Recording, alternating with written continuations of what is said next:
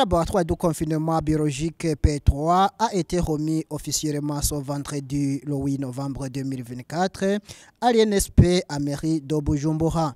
Ce laboratoire de confinement biologique du niveau de sécurité P3 est un défaut mondial à travers le PNUD qui va diagnostiquer et traiter la tuberculose et d'autres pathologies hautement infectieuses. Mathieu Chiowela, le représentant résident du PNUD au Burundi, dans son discours a fait savoir que ce laboratoire a coûté près d'1 milliard 234 millions de francs burundais et a expliqué que c'est un résultat du processus qui a commencé en 2021 dans le cadre du financement du Fonds mondial de lutte contre le sida, la tuberculose et la paludisme.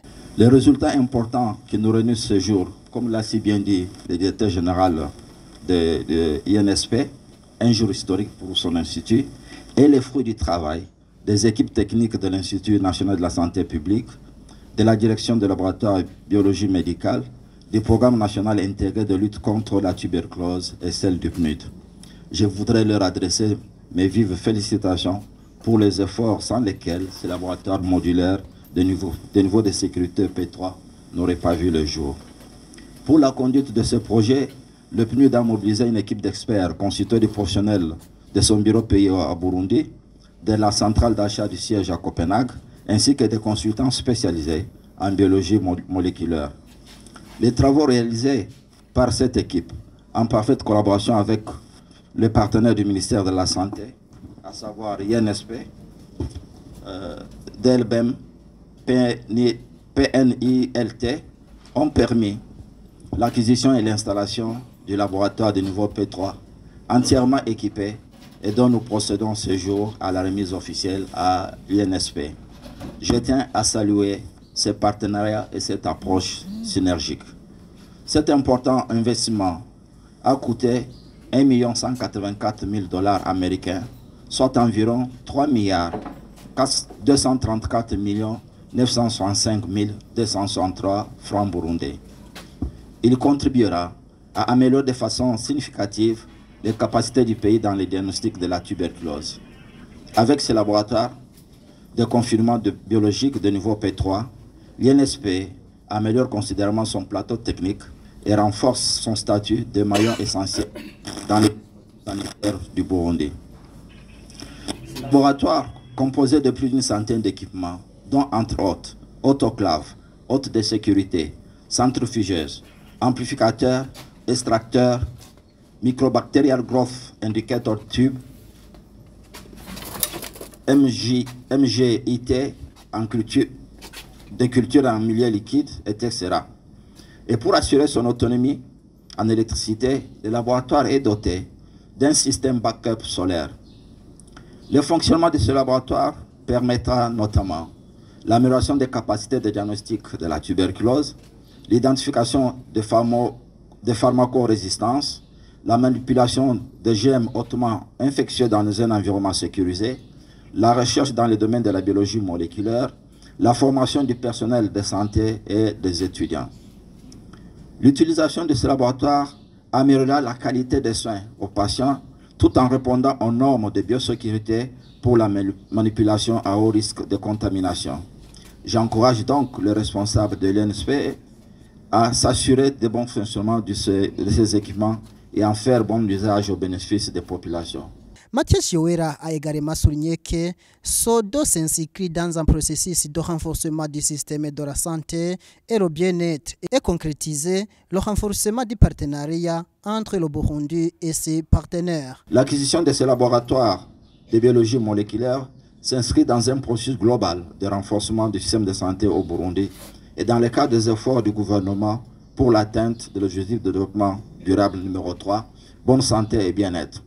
Elle concrétise aussi le renforcement du partenariat entre le Burundi et ses partenaires, dont le Fonds mondial, le système des Nations Unies, focus de l'objectif de développement durable 17. Durant le cycle précédent du programme de subvention du Fonds mondial, le système de santé du Burundi a bénéficié de plusieurs équipements majeurs, dont entre autres des broyeurs et stérilisateurs pour la gestion des déchets médicaux, la capacitation de 80 sites de dépistage de la tuberculose et du VIH visant à traiter et conserver les échantillons de la tuberculose, la mesure de la charge virale, ainsi qu'à faciliter les diagnostics pédiatriques précoces. Afin d'assurer une meilleure fonctionnalité de ces laboratoires, une garantie de 2 ans a été constituée avec des visites de maintenance semestrielles et en cas de besoin. Les capacités du personnel de l'INSP ont été renforcées à travers une mission de partage d'expérience qui a eu lieu en novembre 2023 au Bénin. Nous allons organiser d'ici la fin de l'année un recyclage du personnel sur la technique de PCR en laboratoire de confinement de niveau P3. Je souhaiterais que les utilisateurs de ce précieux équipement veillent à leur bon usage pour le bien-être de la population. Madame le ministre, Mesdames et Messieurs, permettez-moi de rappeler que cet appui du Fonds mondial à travers le PNUD s'inscrit parfaitement dans la vision de couverture sanitaire universelle au Burundi et contribue à l'atteinte des objectifs de développement durable, à savoir le ODD 3 et ODD 17. Les avancées dans la mise en œuvre de ces 2 objectifs, bonne santé et bien-être, et partenariat pour la réalisation des objectifs, agissent comme catalyseurs dans l'atteinte des autres ODD. Je ne saurais clore mon propos sans remercier les différents bailleurs du fonds dont les contributions continuent à sauver des vies au Burundi et ailleurs dans le monde, en luttant contre les pandémies et les épidémies qui menacent la santé de la population et compromettent les acquis du développement durable.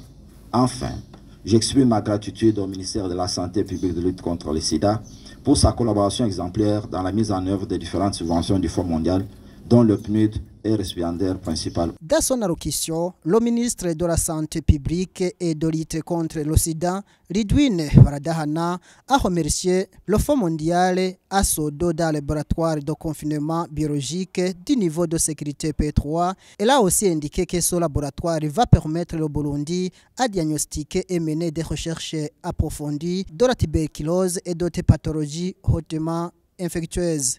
Grâce à ce don, nous disposons désormais d'une infrastructure de pointe qui nous permettra de diagnostiquer et de traiter et de mener des recherches approfondies en matière de la tuberculose, mais aussi d'autres pathologies hautement infectieuses. Ce don significatif est non seulement une aide matérielle, mais aussi un soutien important pour le renforcement du système de santé du Burundi. Je crois que maintenant nous commençons à être rassurés de plus en plus que nous pourrons faire face à d'autres menaces de santé publique qui nous guettent. Ce laboratoire de niveau de sécurité P3 représente une avancée majeure, comme je le disais, dans notre capacité de combattre l'une des plus grandes menaces pour la santé publique, qui est la tuberculose. Comme vous le savez, cette maladie qui touche des millions de personnes à travers le monde manifeste déjà des résistances ici et là. Donc, cela nécessite des infrastructures modernes, adaptées avec des technologies de pointe pour assurer un diagnostic correct et sécurisé afin de programmer un traitement efficace. Grâce à ce don, nous avons désormais un outil essentiel qui renforcera notre réponse à la pandémie de la tuberculose et aux autres épidémies. Avec ce laboratoire de niveau de biosécurité P3, nous avons la possibilité d'améliorer considérablement notre capacité de diagnostiquer et de traiter la tuberculose, comme je le disais, parce qu'il y a eu beaucoup d'avancées en matière de prise en charge, de diagnostic et de prise en charge de la tuberculose. Et il nous permettra aussi de mener des recherches pour d'autres pathogènes. Et je me dis que avec l'épidémie actuelle de Mpox, peut-être il y a certaines phases qui pourront être gérées avec ce laboratoire et d'autres infections virales comme l'épidémie de Marburg.